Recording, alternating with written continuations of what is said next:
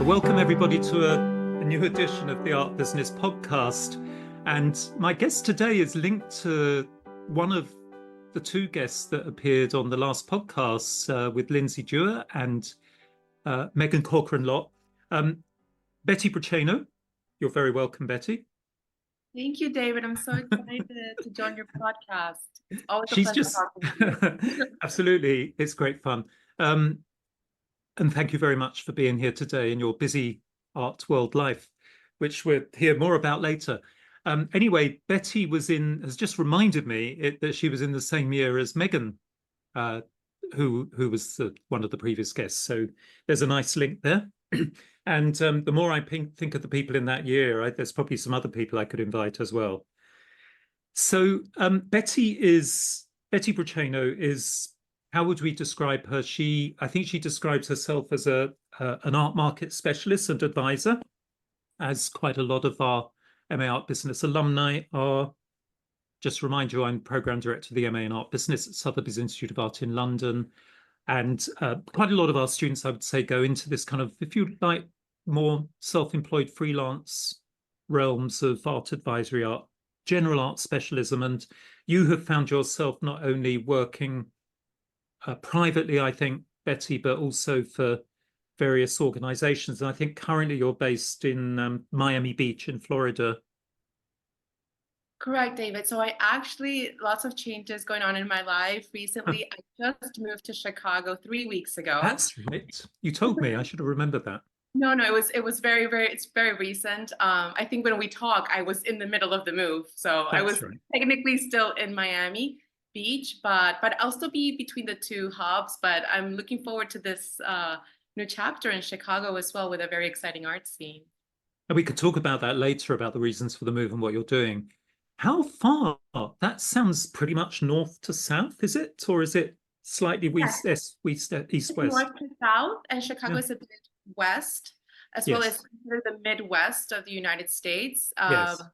It's a wonderful, it's a big, a big city, one of the main cities in the country, and it's well known, of course, geography wise, because it borders with the Great Lakes. Like, we have Lake Michigan right here, so I love that sense that you're still close to the water. I've never lived close to a lake, but it feels very much like, I'm Caribbean. I love being close to sea, and so that closeness to water is fascinating, and it's a big cultural hub. So I'm really excited. Sounds great. Do you know how many kilometers it is as the crow flies, as we say? So from Miami to Chicago. We can look it up. There you are. There's a little challenge. Look it up, but just go onto Google Maps. Yeah, go to Google Maps. But I mean, my partner and I did drive here, and it took us. We did it over 3 days. There you go. Yeah. So a long way.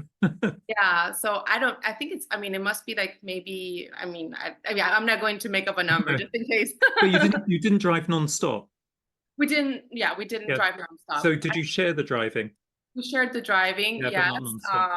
And over 3 days. So we got a little road trip out of it, which was fun. Yeah. That's interesting. Just it's quite interesting. I love these kind of long journeys. Where were your two stops? So we went, Florida itself is a really long peninsula. So we stopped at the very north of Florida, and in a very historic town called San Agustin, which was actually the very first city in the United States when the Spaniards arrived first in what is now the United States.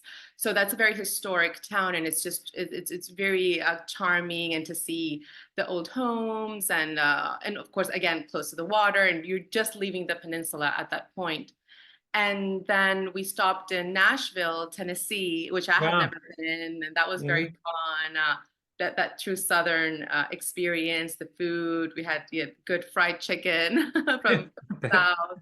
We also had great barbecue there. That was when growing up in Venezuela. When I think of America, to me that's like a really stereotypical. When we think of the culture, but it really country music. Country music, exactly. The South. I always imagine like a handsome American man with a guitar, or and one of those 10-gallon hats or what they're called. Correct, correct. And Very that John. was there another stop or that you then? So then we stopped briefly. I didn't get to see much really in Indianapolis, and then we Right. continued to Chicago. Interesting. Lovely journey. So that kind of links into the first question, which is do you have a favorite city? And obviously you're probably too early to take Chicago, but if you want to, you can use that. It's still too early. I'm liking it a lot. But I would have to say if I have to choose one or top city would be Mexico City. Mm-hmm. It's a city that is very dear to my heart. I lived there, as you know, and it's just a true, it has everything that a cosmopolitan city would have. It's of course one of the biggest cities in the world, over 20 million people. Takes But a day to drive across, someone once told me. oh yes, oh easily. Yeah, it's very, very chaotic. Mm. But what I love about it is that I feel it has an identity of its own. Mm. It really, since the prehistoric, pre-colonial history it has, pre-Hispanic history before the Europeans arrived. That it was a true bastion of that indigenous culture, and so various. And then of course into contemporary times you have fascinating food and culture. Just there are over 300 museums just in Mexico City. It's really high up on my list You, if ever I'm there. It sounds, I yeah, mean, it's yeah I've spoken to other people, including students that live there or have been there, and they're always full of love of the place. And of course, it appears in James Bond, and as an exotic sort of location. I remember the night. Do you remember the Night of the Dead at the start of one of the Yes, Bonds? exactly. I remember, and then I remember it from the movie too. Yeah, Yes, it's in El Zócalo, around the yeah. Zócalo. It's the historic center of Center. Mexico. And the Yeah, Zócalo is fascinating because it's one of the biggest squares in the amazing. world. Yeah, so that plaza, that main, they Yeah, call it Zócalo in Mexico. And yeah, it's just, and for that, especially that celebration of the Day of the Dead. Yeah, and it's just lots of public and private galleries, presumably. yes, absolutely. And in fact, the public, because the model in Latin America is, of course, throughout Latin America, is more hybrid when it comes to funding. So there is a lot of public funds that go. That's changing, Mm-hmm. because of many cuts in public funding. But overall, it's a very important part, and public art for sure. One of the most fascinating places I love about the city is the university, the UNAM, the National University of Mexico. And the campus itself is a UNESCO World Heritage Site because of the Wow, art and architecture. wow. And just walking through the campus is a true aesthetic experience. So it's like a So go-to place for tourists, which you wouldn't usually, other than Oxford and Cambridge, you wouldn't normally have in a city. exactly, exactly. It's a go-to Wow. place, and the MUAC, which is the Contemporary Art Museum of the Sure. university, is also one of the top contemporary museums in the country, and has a fabulous collection throughout the year. Also, their temporary exhibitions are great. So, yes, fully recommend Mexico City. Yeah, must go, must go. And then the opposite of that, some kind of countryside. You spoke about loving water, some kind of countryside or oceanside location that you love. Um, so I can name my hometown, Caracas. It's a valley, Yes. back in Venezuela, but right there's a main mountain that to the north of the city that really frames it. We call it the lung of the city. Provides all the oxygen for its inhabitants. And Yes. but on the other side of that mountain, you have the sea. You have the Caribbean. So it was always very nice because the city itself is about 1,000 meters above sea level. So Yes. you have, and it's in the tropics. So you have this really nice spring, kind of spring weather throughout the year. Wow. But then you just drive maybe 10 kilometers and you're right at the beach. Lovely. right. And so I think that growing up, that was like the getaway for the Yes. weekends. You're surrounded by mountains during the week, but during the weekend you just drive. And so I really have fond memories of those visits. And that's probably why I also chose Miami Beach after living in Mexico City, which is also a valley very similar to Caracas, and then London. Mm. Miami Beach brought that, the ocean. It very, very. There's something about being close to water that I don't mind Yeah, when it's in gray, London. as long as I have Yeah, water. yeah. And in London, I sometimes I live in Kew Gardens, which is very, the river is literally 2 minutes walk from me, and it's still tidal here, the Thames. And I would hate to be that far from it. I'd feel really claustrophobic to be, particularly in a city, if I wasn't near water. So actually, I was born on the estuary of the Thames, and I then lived in Barnes. I can be moving upriver. So yeah, I'll probably end up at the source of the Thames That's at some terrific, but point. it's true. The Thames really does change the Yeah, city. I mean, yeah. it I think most cities probably are based on rivers, but just been just been watching highlights of the triathlon where they're actually swimming in the River Seine. No, I remember right before the Olympics started that I saw in the news that the mayor of Paris was, diving right in Yeah, to test yeah, the water.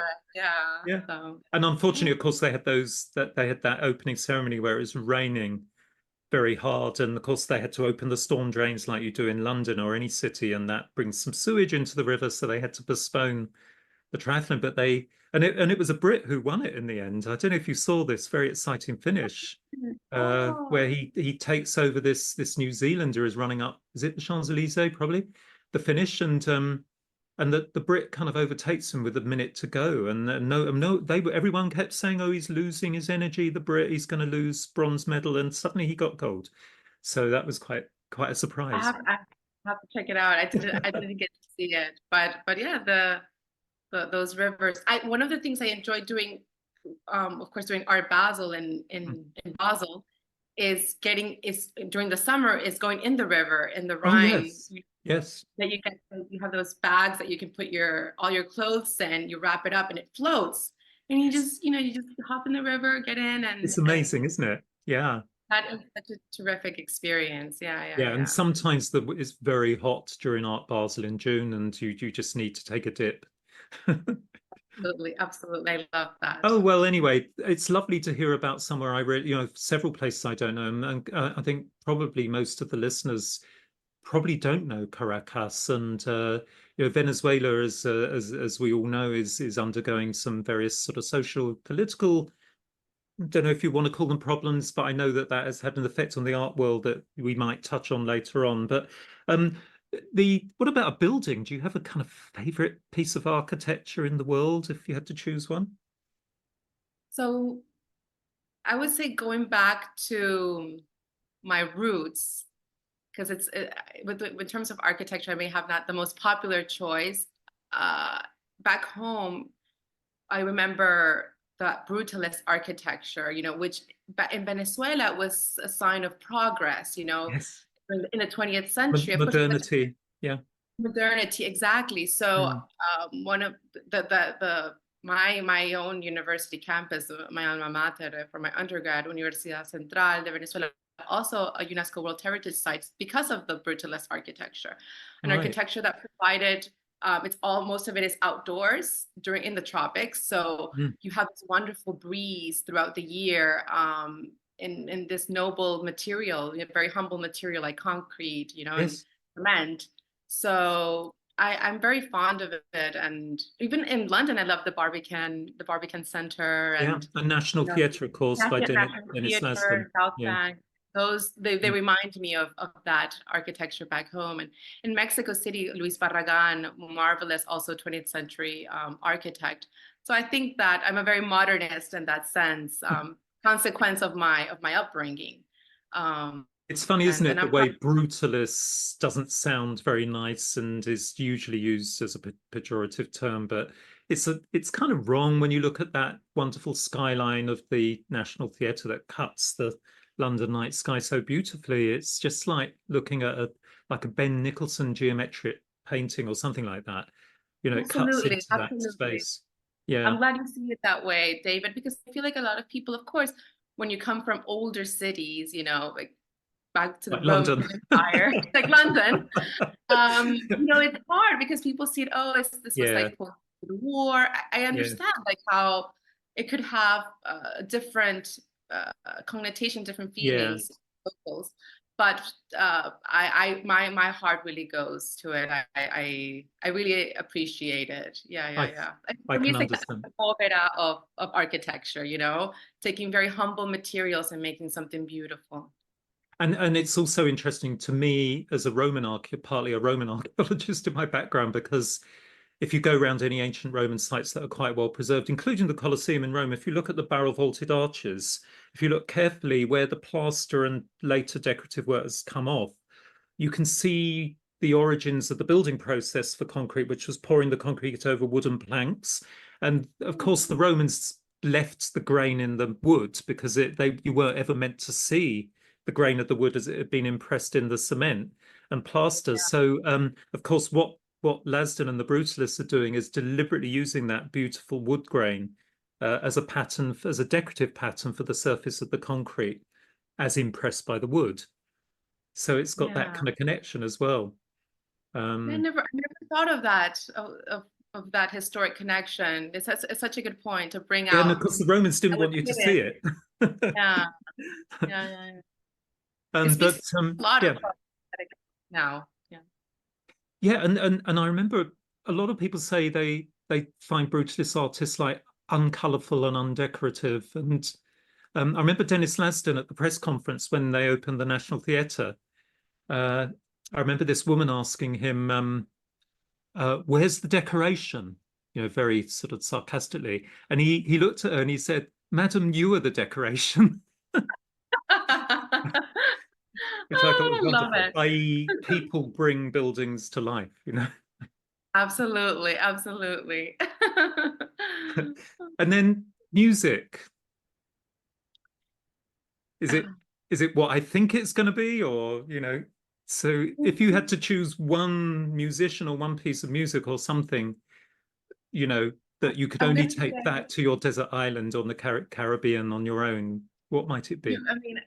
I can't. I have to. I am what I am. I come where I come from, and definitely the percussion has my heart as a Caribbean. Yes. So yeah, I hear drums and I'm going like very raw, like rhythm, Europeans love harmony and all these sophisticated Not all of concepts. them. Not Well, all of not them. all of them, right? Yeah, yeah. I've just been, funnily enough, I'm listening to a lot of Peter Maxwell Davies, who was this composer that moved to the Orkney Islands in Scotland. He's dead now, but he was prolific. But his music's really, really difficult, but very beautiful if you persist. But he has an awful lot of percussion. You know, if you went to see his symphonies, the percussion section was huge. And no, I love percussion. And I'm just thinking of Bernstein's West Side Story, which is obviously a kind of little bit of a parody of the Latin thing, But it but touches, but it does, yeah, but it's very accurate. yeah, it has a lot of Yeah, percussion a lot of in some of the percussion. movements, some of the dance movements. Yeah, And I love I think Bernstein really nails like yeah that soul of the rhythm. And but yeah, I that's where my heart goes. I also, going back to my region, I love bolero. That genre is very, oh, my neighbors, excuse me, Dave, my neighbors, and my neighbor has a baby, oh, and that's I don't know okay. if you can I hear the can't hear baby. it. I can't hear the baby, but I'm sure listeners won't mind. Apologies. Suffer the little children. So I love that genre that has a lot of melancholia and Yes, nostalgia. I think it's also yes. because I had to leave home after, the crisis in Venezuela. So this music that brings this, like fado in Portugal. Oh, I yes, love yes. The fado flamenco, the deep, dark and flamenco. flamenco as well. So Mm. it's that, yeah, the No, I get that. how we can appreciate, of course, Latin America, we always see it as colorful and full of, you know, these upbeat, but Yes. we can appreciate that because we also have that contrast of the nostalgia and the saudade, they say in Portuguese, that longing, which Yes. we don't see it as sadness. It's more that Yes. beauty of the nostalgia. You So you also get that in a lot of Hispanic literature, don't you? In Spanish literature, you particularly modernist Spanish literature, you get that Borges and not sorry, who am I thinking of? But you know, those Spanish poets, they have that very, very melancholic, nostalgic dark side as well. absolutely, absolutely. And you name like Borges, we have like Pablo Neruda Yes, that's yeah, and exactly. And the and it's visual artists to a certain extent, a lot of them delve into that as well, I would say, you know. absolutely, absolutely. So And we presumably your musical interests are linked to kind of dance as well. Um, I think probably more than a lot of other global cultures. Um, maybe I'm wrong. I don't know. It just strikes me that it's sort of, a lot of Latin American music, even the fado and so on, is still linked to moving bodily movement. It's true. I think it's very linked to the culture. I think Mm. in any celebration we have dance.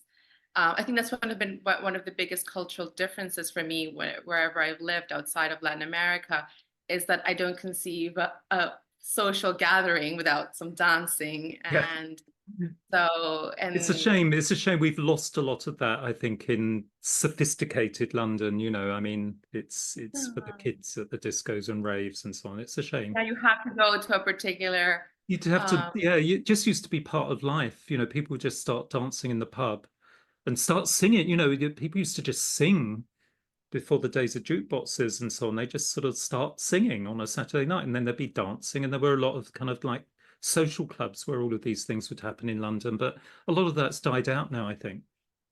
I think yeah, it'll come back. it'll come back. We have to bring it back. That's why I mean, I love to surround myself with musicians and like you and to talk about these topics too. I mean, my partner he's a classical musician, he's a conductor. So we talk about these things every day Wow, and I I didn't think know it's so that. important. Yeah, and we talk about because the parallelisms between the two worlds, which you of course dive into all the time. I think it feeds so much into our own understanding of the visual arts Yeah. and the aesthetic language that we use when we appreciate the other art forms as well. Yeah. It sometimes surprises me the number of my students who when you who don't seem to listen to what I would call art music. You could call it classical music, but when it's contemporary, that's a strange term. But I say that it's as challenging as a lot of contemporary art, but it's very important, I think, that you do this as part of your experience of Oh, visual culture. The same with poetry. You know, I think you've got to kind of do all of these things. You know, most of the artists living artists I know, they definitely are very linked to music and have musical friends in both art music and folk and rock, jazz. So I think it's very much part of being in the art world. I keep trying to promote it. absolutely. And historically, right, we see all these great artists that were always, meeting and, collaborating, Yeah, Stravinsky, Picasso, always that yeah. constant collaboration. But yeah, and I always love when people, the same excuses that people use for contemporary visual art, that they don't get it, are the same excuses that they use also for classical music or Mhm. dance. It's similar to the story that you brought up about where's the decoration Yes. with modernist or modernist architecture. I hear it a lot when I go with Chad to his concerts. A lot of people are asking, well, where with contemporary pieces, where's the melody? And so if you don't have It's certain interesting. parameters or um, the yeah the things those elements that you're used to that Yeah, and you feel very insecure if there's no melody. And listening to Maxwell Davis, there is no melody. You know, it's beautiful, but for reasons which I can't fathom. But there's no, because I'm not a musicologist myself. Maybe your partner might be able to explain that better. But I think he would understand what I mean. That he almost deliberately avoids obvious melodies, Maxwell Davis, but every now and then something comes through in it, and because it's something to catch on to, it really moves you because it's so rare in his music. So it's like soundscapes of Scottish, wild seas and the bird life and everything, rather than a little bit like Sibelius in many ways, but much less tonal than that. But it is interesting. You do find yourself struggling. That's why it's difficult to listen to, because we're so brought up from babies onwards to listen to melodies, and memorize music through melody. I have to check him out because I really like Sibelius too, and I can see how, because I think how you explained it, I think that's how we approach visual art too. I mean, Yes.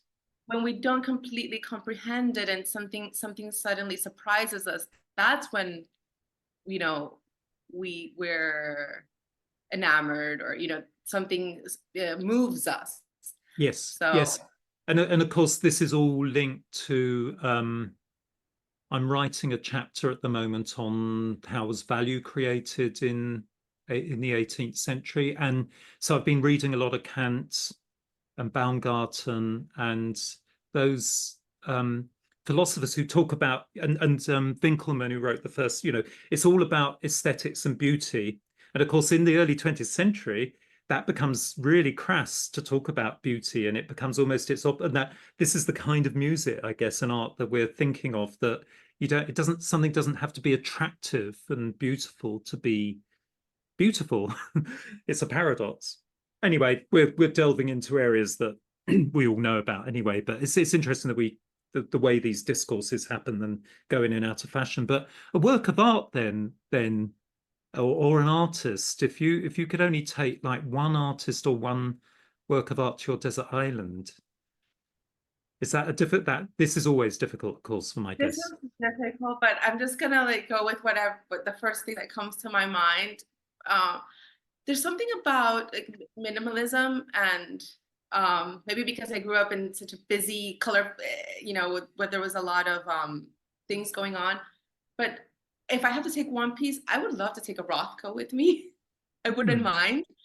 Yes. There's something about experiencing a Rothko in person and just being in front of that canvas and just soaking in those textures and the color. It really, I can't explain it. And but like exactly what you said earlier. And there's something about I don't know, his palette that really, every time whenever I go to a museum and I can just sit in front of one, I'm really moved and intrigued. Yeah. Yeah, you hear that quite a lot, that, and it always surprises me because I think how many other, you don't often hear people talking about wanting to sit down in front of a work of art and spend a lot of time with it. And I often say, but you spend 40 minutes listening to a Mozart symphony, and you won't spend 40 minutes looking at a painting that might have taken longer than it took Mozart to write the symphony. And Rothko, I think, is one of those artists. You hear quite a lot of people saying it's very meditative. If they want to, they will go into Tate in their lunch hours if they're feeling a bit overwhelmed by work, and they'll just sit and meditate on Rothko. I think it's true. There's something about it which lends itself, I guess, to that kind of meditation. Yeah, and I think also because in most big cities, you can just where your Rothkos are, so you can Yes, just go. that's true. I think it's like visiting the doctor, like your local doctor. You can just go and find a good Rothko. Yeah, and another one for me always does it is also Velasquez. Yes, Is that's just nice actually to have an a very old different master as well as way, a, yeah. but it's just contemplating. Yeah, just that contemplating. To me is Yes. very important, and having the time to just sit and look at a piece and the detail. And his portraits, his sitters are very often almost contemplating you back, I find, with Right, Velasquez. right. So Yes. it's almost like the Abramovich thing where you have to stare her out Yeah. for an hour. For an hour, that you kind of just find they're looking at you and contemplating you, and you're contemplating them. There's something about Velasquez that has that quality. Yes, that's a good comparison with the Abramovich experience of, yeah. I haven't done it myself with it. My brother was in London once, and he actually was able. She pulled him out of the queue, and he was Oh. able to have that experience. I would die. I think I would just start laughing. I just was never, we used to play that game as kids, and I would be the first one to start laughing. Right? Yeah, me too. Me too. But it's something about the portraiture specifically, but Velasquez does it so well. And of course, Um, a painting can't, I think it's uncomfortable with a real human being and someone like Abramovich, but because they're actually living. And that's another interesting thing, isn't it? What is it that makes the painting not living? Because it kind of is living in some strange way. When it's, you're it's like the Rothko it's heart's beating, isn't it? It's not just a yeah. static thing. And the same, I think, with those Velasquez sitters. It's quite weird, isn't it? What is it about it that makes it alive? Anyway, we're getting very metaphysical now. So no, but great choices. And maybe you could tell us a little bit about, yeah, I know some of your early educational background post school was you decided to study international relations, but also museology. Um, Maybe you could speak about whether you consider those are related or not, and also maybe how that led you to eventually wanted to study art business in London for postgraduate degree. So I guess international relations, museology, and then art business. Maybe you could embroider that. Of course. So, um, when I was in undergrad, my dream really was to be a diplomat. I Mm. love there was something about, well, from a very early age, I love languages, and whenever I traveled with my parents, I was always the not only the translator, but I was finding myself interpreting and always the bridge. My parents also had a very complicated relationship, and I was always in the middle, the mediator. So I love that aspect and of yeah the being a bridge between cultures and people. So I wanted to be a diplomat. Unfortunately, I did all the for service training, and I did international relations in Venezuela as an undergrad, but I wasn't able because of the crisis in Venezuela to work in the Venezuelan for the Venezuelan government since I was it got tricky in Venezuela. I voted against the government at the time, Hugo Chavez. And then it makes it very difficult to go into that civil service. Yeah. Correct. I was not able to partake. So I started working for foreign governments. I was working for the government of Canada for a while. That's But right. things got very tricky in Venezuela, and I needed to leave and forget about this politics. And my father had an art gallery. I always grew up in the art world, but I never thought that I would, make it a career. But when things got complicated, I thought, why not specialize in cultural affairs? And I still had the dream to come back and maybe be a, cultural attaché in an embassy for Venezuela. So that was the original idea. So I went to Mm. Mexico, and I did that program in museology and curatorial studies at UNAM. And I also worked for Pedro Reyes, the artist. I was a studio manager there. And Pedro Reyes really broadened my world to the global art market. And I was working with, his galleries, Listen Gallery in London, Luis Astrina in Brazil. I had in his galleries, in 3 different parts of the world. And that really broadened my perspective. And I saw that all my skills from this political world I could transfer into the business side of the art market or of the art world.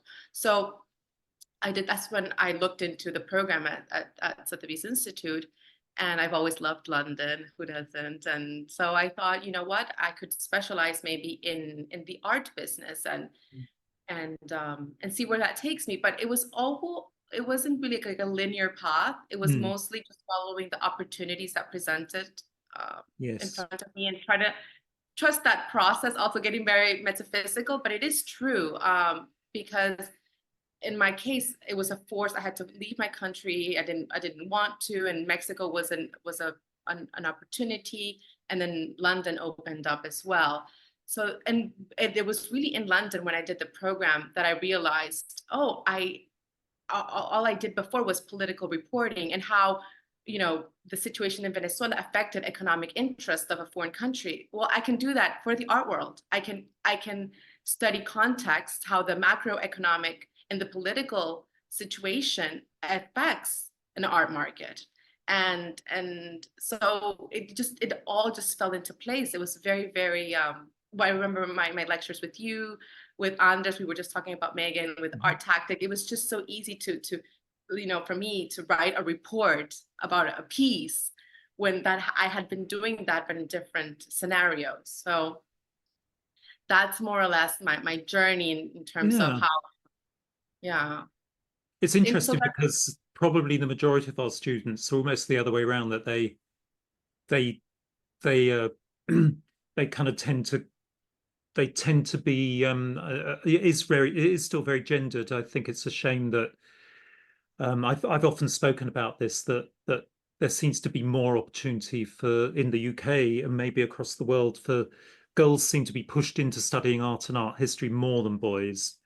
And it's often not possible for boys like to do history of art A level, whereas it's often there for, and I think that leads into the fact that we still have more people who identify as women than many more than as men on our programs. But it doesn't bother, that doesn't bother me, but it kind of bothers me if I feel that it's almost like an inverted sexism, that the boys are kind of not being enabled, if you like, to study art, which is a shame. It's almost as though art isn't an important subject on that, you're following that same path, so why would boys want to do art? Do something useful. I agree with you. And even I think my own family fell into that, because I wanted to do something very different. My brother is the artist. My brother went to art school, and yes. So, but it was, my father expected him to do. It would have been okay if I said I wanted to do art, yes, but not the boy in the family. Interesting. Yeah. So in the end, my father, of course, was. But my father being an art dealer, you would think that he would support him in the beginning, but it wasn't the case. Now, of course, now everyone's happy, and my father's very proud of my brother. But it is true what you say, and about that gender. Of course, the problem now is that we're trying to retain art history in schools anyway. It's just being taught less and less, other than in, if you like, elitist schools. It's just very, very difficult to study history of art. It's a big issue in the UK now. It's left the core curriculum, as has music. People have been arguing about this now, and they're hoping, I think, the new Labour government might actually, push these useless artistic subjects back into the curriculum, because, as we all know who work in it, it's actually a very important part of creative thinking. And I think you're a very good example of this, as someone that sees it as serious because it's politicized. It can be very important politically. And I often tell my students, what's the first thing that someone like Napoleon or Julius Caesar does when they've conquered a country? They loot its art. Suddenly it becomes important, yet in times of peace, they're not so interested in it, maybe.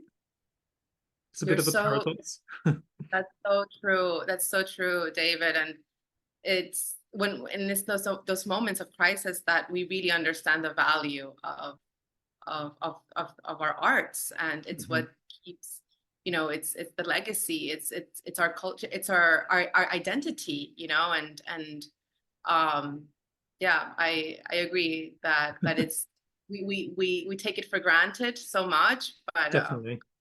And I guess it's a laissez-faire attitude in this country that if you start giving artists money, they become lazy and they won't produce good work. I think there's a happy medium, personally. Obviously, being an objective studier of the art market, I can see both sides. Neither extreme will work. It's like a hybrid thing, I think, that you've got to identify with. And it's important to have that discourse too, because people that are on the other side that don't want to fund these projects need to see that there is a middle ground, you know, Yeah. that, okay, maybe there are some things that we need to improve, not make it, you know, so relaxed, Mm. but we can, I think not now in the world, there's so much polarization everywhere, that people are not able to meet, you know, Yeah, that's halfway. true. Yeah, I suppose we are living in a very polarized political world at the moment. Uh, this year, you know, by the end of the year, there's going to be some other elections, and that's going to be very interesting as well. We've just seen it in France at the same time. But your dissertation subject was, I guess, a good segue from that discussion. That you chose. Maybe you could talk about the process of selecting. I'll just explain to listeners that our students have to, you know, it's totally up to them what dissertation research subject they choose for the MA art business. And it's the most important part of the degree. It's actually the master's part of the degree, the dissertation. And it's the time when they're really having to work more on their own. So we encourage them to select subjects as much as they can that they're interested in, if you like, maybe for future careers, but also out of academic interest. So can you tell us about your choice of subject and why you chose that and what came out of the research? Of course, David. So one of the reasons why, so my dissertation was about the shift or the migration of the Venezuelan art market. What I call for the research after the Chavez era, which was after 1999, when Hugo Chavez was elected president and all these new public policies came into place. The whole political and economic structure of the country changed, and the ecosystem of the art market changed. How most of the art world really left the country, or whatever state had to adapt to that new reality. And it had to do with when during my decision had to do with, during the course, I realized this symbiotic relationship between the public and the private, and also between like how each part of the art world is working together, and the different actors are all gatekeepers in their way. But if one part of the system fails, then it affects the rest of the structure. And I found this wonderful thesis, PhD thesis, by a professor. Her name is Victoria L. Rodner. She had just written a couple of years before I did my dissertation, her thesis in King's College about what she called the art machine. And it was this: how each component of the art, or of the art world, let's say the auction house, the gallery, the public museum, the private museum, the studio, every piece has its role, and how they come together to create what she calls the art machine in her thesis. And her case study was about Venezuela, was precisely the case of Venezuela, and how when you had a very strong art market in the region. It was a regional art market, but during the 20th century, Venezuela, had some of the best museums in the region. The first Rothko to leave the United States went to Venezuela to be exhibited.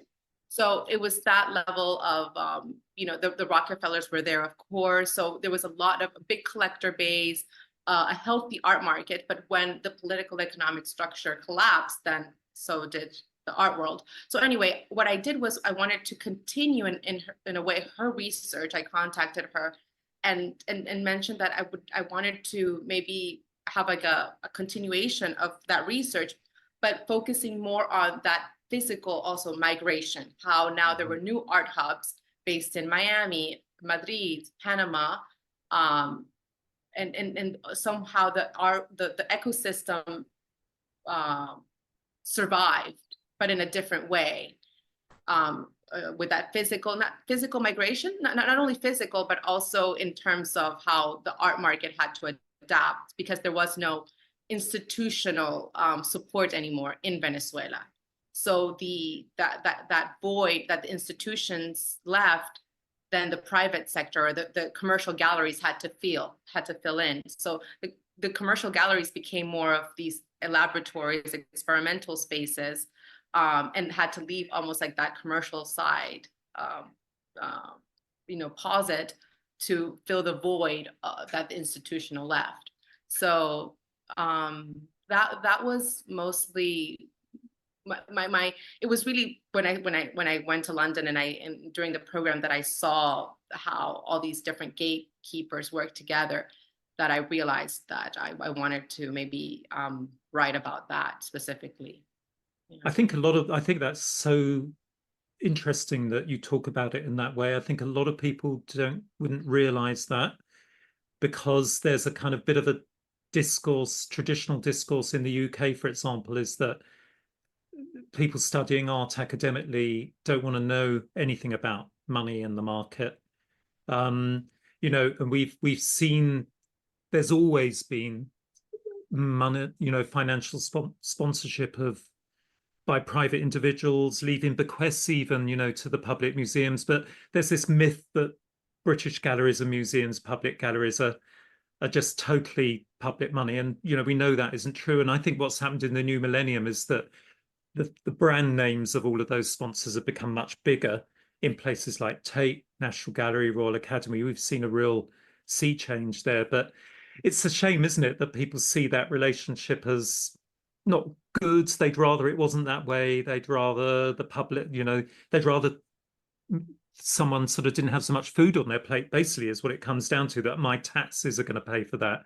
So again, it's coming back to this difficult ecosystem. It is very like ecological issues of nature, that, the butterfly flaps its wings and there's an earthquake on the other side of the world. I think the art world is just like that.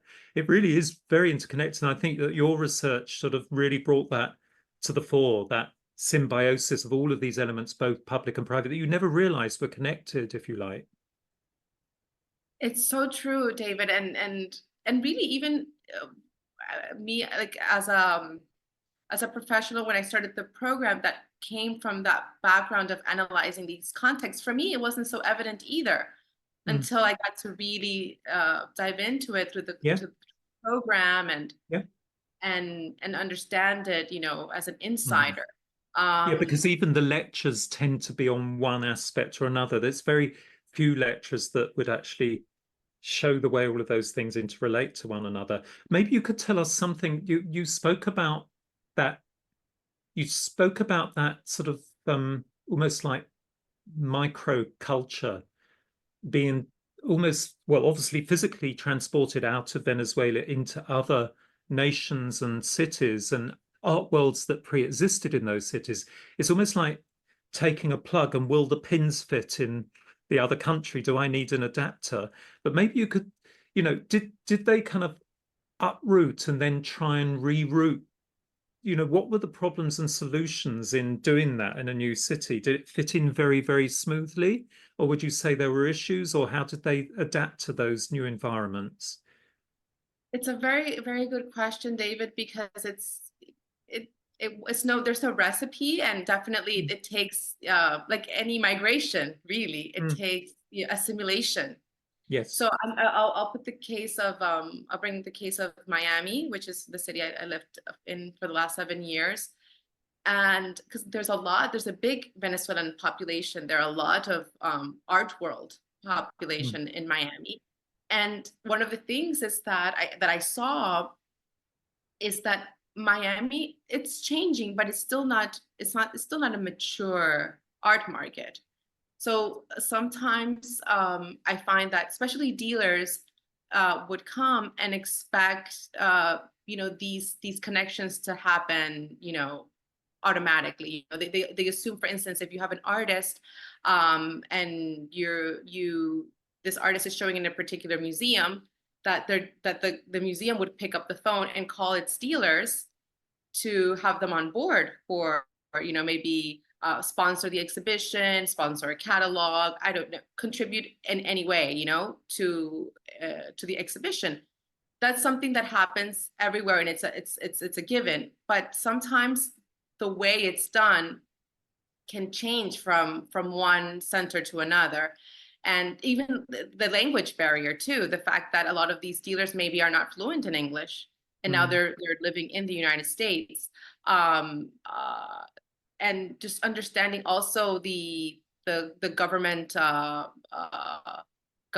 hurdles that they have to go to. A lot of them wanted to bring public art to the United States, and it's not the same. I mean, there's a public process that goes into commissioning public art. And in Latin America, sometimes it's a little, it's you go through we call it the country roads, so it takes a lot of assimilation. It's not that direct, but I think because of that assimilation is when you have the opportunity to take an artist or a group of artists and really make them international, which was the case of, I would say, maybe some of the artists from the second half of the 20th century, great Venezuelan masters, South American masters of that kinetic art movement, like Jesus Soto and Carlos Cruz Diez, Julio Lepard from Argentina, who were seen as the Bridget Rileys of Latin America, but suddenly when you have these dealers that are now based in New York, are now based in Madrid, and that they can, position them in the same level of other big, more international names, then suddenly you take away this construct or this label of Latin America from the artist, and he just becomes a great modernist master. Yes. So I think that that migration, yes, it comes with a lot of challenges, but it could also give an opportunity to certain dealers and galleries and artists to become more international. But also, a lot of them are left out. The ones that are middle, they're starting their careers, or starting to consolidate their careers, are suddenly left orphans because the museums where they used to exhibit no longer exist or are no longer relevant, and so everything they built suddenly is irrelevant anymore. So no, that's a very interesting model. So because it's not just what happened in Venezuela. I think we could use that model, that structural model, for any, I'm just thinking of 20th century modernist Indonesian artists when you're in Singapore and you look at them, and and then it's easy for people from the traditional West and the Northern Hemisphere we want to categorize them. We want a hook to hang them on. So we say, oh, aren't they like Picasso, or aren't they? Yeah. And that's the way that kind of works. But as you say, those artists it's going to be harder for the emerging artist who isn't yet, who may be much harder to fit into any of those existing models, I guess. Because the galleries, the local ecosystem that you've moved into is going to want to know, oh, yes, this artist was already successful. They've got a big collector base back home. They're going to be less willing to take a risk with one that doesn't have that collector basis yet. For example, that's just one aspect of that, I guess. So yeah, it's a really, really interesting sort of model to look at, the way people are absorbed, that we absorb other cultures into our own, and the way the interchange works.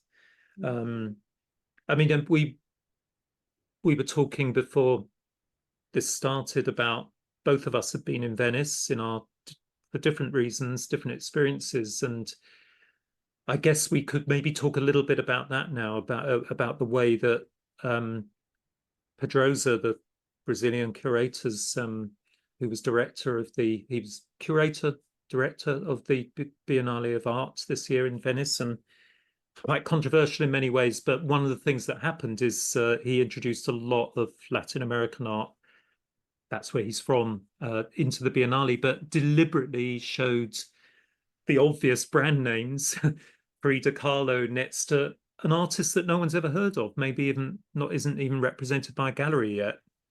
Maybe you could say a little bit about how that worked, both culturally, but also what is going to happen to those artists, do you think, that no one represented, but he had just selected because he felt it was important to give chances to people that would otherwise not be seen in an international. It's a bit like footballers being brought across from Latin America at a very young age. We all know the ones that succeed and they become multimillionaires and big stars and big brand names, but apparently there's loads of these kids that are just left destitute because they've moved across all these promises and then they're just not picked by the big teams. And I think it maybe that's an analogy for what's happening with these artists. I think it's a Firstly, great maybe you could just talk about your personal response to the Biennale this year as someone who's coming from the Latin American region and culture. Yeah, David, and I think your analogy with football is a perfect analogy of that, of how a lot of these artists are left behind. And I think that's why also Pedro, also, like you mentioned, the curator for the Biennale this year, he did a terrific job, in my opinion, of taking these names that are already part of the global market, of the global discourse, and cross-promoting, using those names to cross-promote more emerging or names that are not well known throughout the traditional art market. And something that I really admire that he did is he did not use the label of Latin America, that that regional construct that really limits you. The title of Foreigners Everywhere, we could all relate in a way where in our different countries we have immigration. You could see it, and you could give it a really broadened breed, Mm-hmm. and then also the fact that he looked into indigenous art from all over the world, not pavilion, and that related also to the national pavilions, not only that main curated section, but the national pavilions each brought their works from their indigenous or First Nations, their indigenous communities, which I thought was a very clever way of him to bring these artists from the peripheries, in his case, his region, as Brazilian, as Latin American, but not frame it in that way of limiting, but really broaden the scope. And like you say, big names like, Kahlo or Carmen Herrera, Wilfredo Lam, these great modern masters that are in, the top museums in the world, Tate, Pompidou, but putting them next to lesser known. And I really do think that for a lot of these artists, their careers are going to change after being shown in the Biennale. I wrote down some names of fascinating artists I had never heard of. And I think it was very, very well done. And like you said, when we spoke before the podcast, that it was done in a non-pretentious way. Mm-hmm. I think it would be hard to level the word pretentious at that, personally. Partly because so much of that art he was bringing in, and a lot of the indigenous art everywhere, was just what we have always, I was talking to my students when we were there about it. We were having kind of like seminars on the spot. And I said, isn't it weird? Because you look at this and you think folk art, and you think, therefore, low art, that's something that isn't really in the high end. It's not going to appear alongside a Picasso in a museum in the future. And I think it kind of challenged those ideas. And actually, the way it was done, and the way that maybe, was even going to use the word, you're kind of almost bombarded with image after image of this, what you always saw as folk art, using traditional embroidery and tapestry and, naive techniques and so on. And then I thought to myself, well, actually, is it really any different from Grayson Perry? And we treat him at a very high cultural and commercial end level, and that there were all these amazing, and for someone like me, I was also learning a lot from like my Latin American students who understood what was going on with a lot of the politics of those artists. you know, I was just enlightened on so many different levels about what's happening. And as you say, Latin America is actually, it's a bit like 154 Art Fair. A lot of people say to me, why is it called 154? And I said, think about it. Africa's one continent. How many nations in Africa, you know? And it's the same with Latin America. It's something in the 30s, if I remember rightly. 30 odd different nations in a place that it's easy for us to categorize as one.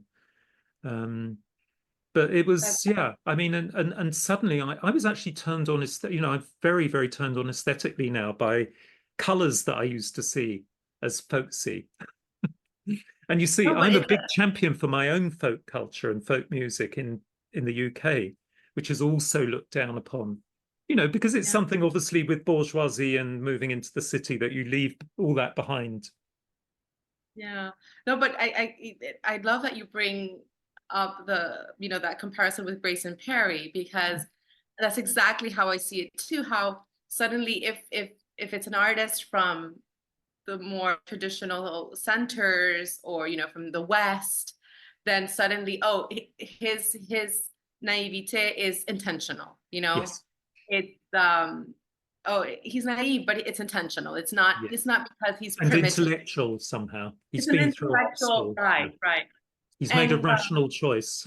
It's a rational choice, right? And I think that I'm glad that you bring up how with your students from Latin America, you could give it a more depth in the reading, because a lot of these artists would hid behind the naive aesthetic to get to the messages, like folk music. A lot of political protests are hidden behind these beautiful lyrics and beautiful melodies, but it's really to hide a deeper underlying. There you go. We got the easy melodies, so we swallow the whole thing, but we swallow it with all the substructures, which is very clever. Absolutely, but I think it's very easy when you have and I don't mean to sound like too complaining about the West at all, but when you have the liberty and the freedom to speak up and to make art however you want, it's easy to criticize someone that has to hide, or has to hide certain elements of their practice, because they can be persecuted, so they have to hide under this more primitive aesthetic. I'm talking about like more contemporary artists that are or from the 20th century. But yeah, I completely agree with you. When I went into, because even as a Latin American, sometimes, and a Latin American that works in the global art world, I when I see these more folk art, I'm like, oh no, we have better artists than that, But then seeing it in the Venice Biennale really also made me proud of that art form, and see it with completely different eyes. How context can change everything. And I can almost self-critique what I've just said myself, coming from my background, that my Latin American students, for example, they said, but you're still framing it as the other and as exotic. And I said, well, in some, I think all of the things are working. I think that they're all there, but I've now seen other layers. And I do think that there are, there's why do you have to be ashamed of partly promoting the art of a certain nation as the other, if people like it and want to buy it, and then the museums usually follow the market, and then they start actually taking it seriously and exhibiting it. Does it really matter how you get there in the end? It's like I know it's a sort of pragmatist argument, but sometimes pragmatism in the art world is what you have to accept. The means in the end, and so of course I see it like that, because I've been conditioned to see it in that way, in the same way as you're conditioned to see the Western world in a certain way, and there's nothing wrong with that. I think we should be very open about about what we call one another and how we see one another, and accept those differences. And after all, you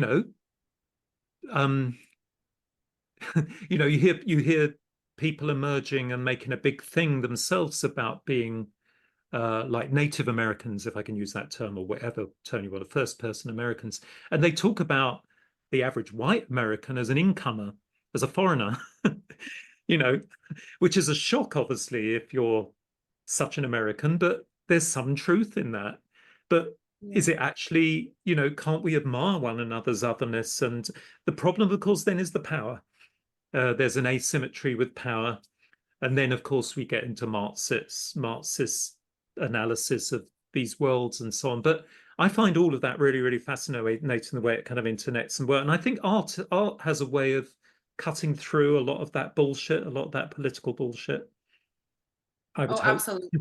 And Absolutely. music's another example, the Divan Orchestra made up of Palestinians and Israeli young musicians, by people like Daniel Barenboim, who's Jewish, and they're still going. I think they're still coming to the London prom concerts this year to make a point that these people still can befriend one another.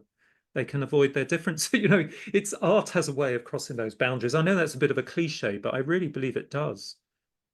Absolutely, and there's a reason why it's cliche, because it's true, Because it and happens. yeah, it happens. And I find, when we sit with someone that thinks very different from us, and we're always, or mostly always able to bond over the arts and Mhm. sharing these experiences, like you said, like just the fact that we were able to see that Venice Biennale exhibitions, and like you said, they brought you different layers, and I bet to your students too, and to Yeah. all of us. Yeah. And I think that that's what it's all about.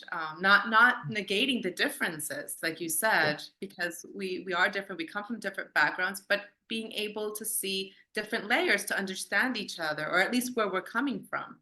And Yeah. as you say, Pedrosa's strategy by giving it that rather controversial name, foreigners everywhere, stranieri ovunque. I mean, in this country, that I've got a tote bag from it, and I have to You turn it do. round You turn it because around to the Italian side. I think if someone can misunderstand that, if I'm Absolutely. walking along as a white middle class man Yeah. with a bag saying foreigners everywhere, someone can get quite offended by that. And I'd love them to come up to me, and if they don't punch me, knock me out first, to say, well, actually, this was all about deconstructing these notions of who is a foreigner. I would say to them, I'm the foreigner as far as you're concerned as well. It works both ways. Absolutely, absolutely. And yeah, all of us that have the tote bag have gone. Even I liked, yeah, it really was brilliant. I'm very pleased with the Biennale this year and what Adriano Pedrosa did. Yeah. And as you say, if it leads to with a bunch of students, if everybody was reflecting on what they were seeing and what it meant to them in very different ways, and it was making everybody think, well, in what sense am I a foreigner then? Which was his big question. Question yourself. You know, you're in Venice. An Italian in Venice is a foreigner as far as a lot of local Oh, Venetians are absolutely. concerned. Yeah. Yeah. Yeah. Yeah. Yeah. Yeah. Yeah. So anyway, I'm aware of the time now. Maybe I could just ask briefly. Um, oh, I was going to ask you about the pandemic, but I think everyone's a little bit fed up. But let's finish on a more positive note, or it may be positive, but maybe you could tell us something about a typical day in the life of Betty Briceño when you're working, from when you get up to the end of the day, the kind of things that your work in the art world exposes you to. So, well, I'm in Chicago now, but I have to refer to my life, because I'm in the transition in Yes. Miami. Um, during the last year, I was working for the city of Miami Beach in their public art program. Hmm. So in the morning, my day in the office started at 8:30. So I would get up really early. I like to have coffee and just contemplate. I need my time to Sounds just, familiar. yeah, sounds like I like to get up early and just, look at, Good idea. and take my time. Sometimes maybe a little meditation. If I have time, I would go to the ocean and just a quick dip, 20-minute dip, to start the day. Then head to work, and I actually worked. I could just walk, to work. It was only like 5-minute, 10-minute walk. Um, and then from there, just the fact that what I loved about working in public art is that I could have a meeting in the morning with an artist. We're working on a project, to install in a few months. But then I would have to meet with all the contractors involved in bringing that art piece. And a lot of those artists aren't even based in the city where you're installing the art piece. So you are their eyes, their ears in that location, and talking, from the permitting the city involves. Sometimes they have, big grandiose ideas, but it's all limited to the permitting involved. From that to the actual contractors inside. So, wonderful, engineers, architects that really bring this idea, they fulfill it. So I love this about my day, to your question, this multidisciplinary aspect that I could meet in the same day with an artist, then an engineer, someone that specializes, I don't know, in a particular material, because that was the one that the artist needed for that particular piece. And each one brings so much depth to their craft and to their to their field of expertise, that I learn from each one of them every day. And then I have even better treats like these, where I get to talk to a former professor that I admire, and our conversations at the Institute were always fascinating. So I love communications. I'm a Gemini. I love astrology. So the fact that I get to meet different people, different backgrounds, and that really feeds my day.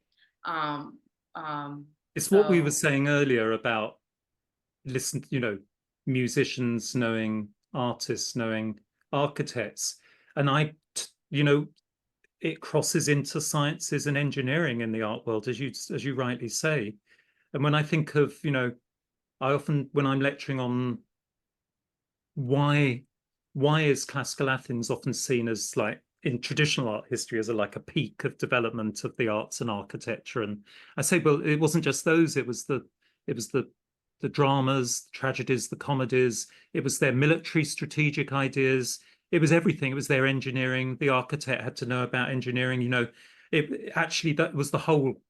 Everyone had their own, what the ancient Greeks called techne. We get the word technical from that. Everybody had their own sort of talent, and everybody's talent was respected, and everybody contributed to that society and that flowering of that wonderful ancient city. And this is something one would love to see more of in our own modern societies. I think it sounds as though you're living the dream.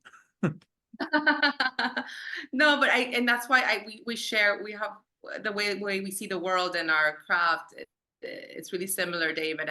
And you nailed it. I love that, with that analogy with ancient Greece. I mean, in the end, the word arte comes from ars, which is, it's techne in Greek. Yes, so it's skill. all Yes, about exactly. the technique. Yes.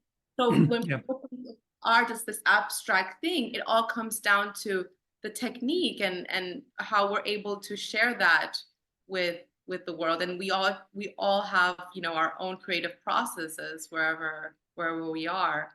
So it's just a matter of a mutual respect for whatever someone does. I remember when I first went to Italy as a student researching in Pompeii, I was amazed by how wonderfully proud the barista was. They stand there, great posture, very smart, wiping the tables clean, but not in a menial, And I thought back to London. I thought, oh, it's a shame, because people who do those jobs in London, they think it's a menial job. But it just shows that however you bear yourself and however proud you are of whatever you're good at, and being a good barista, we all become coffee experts now.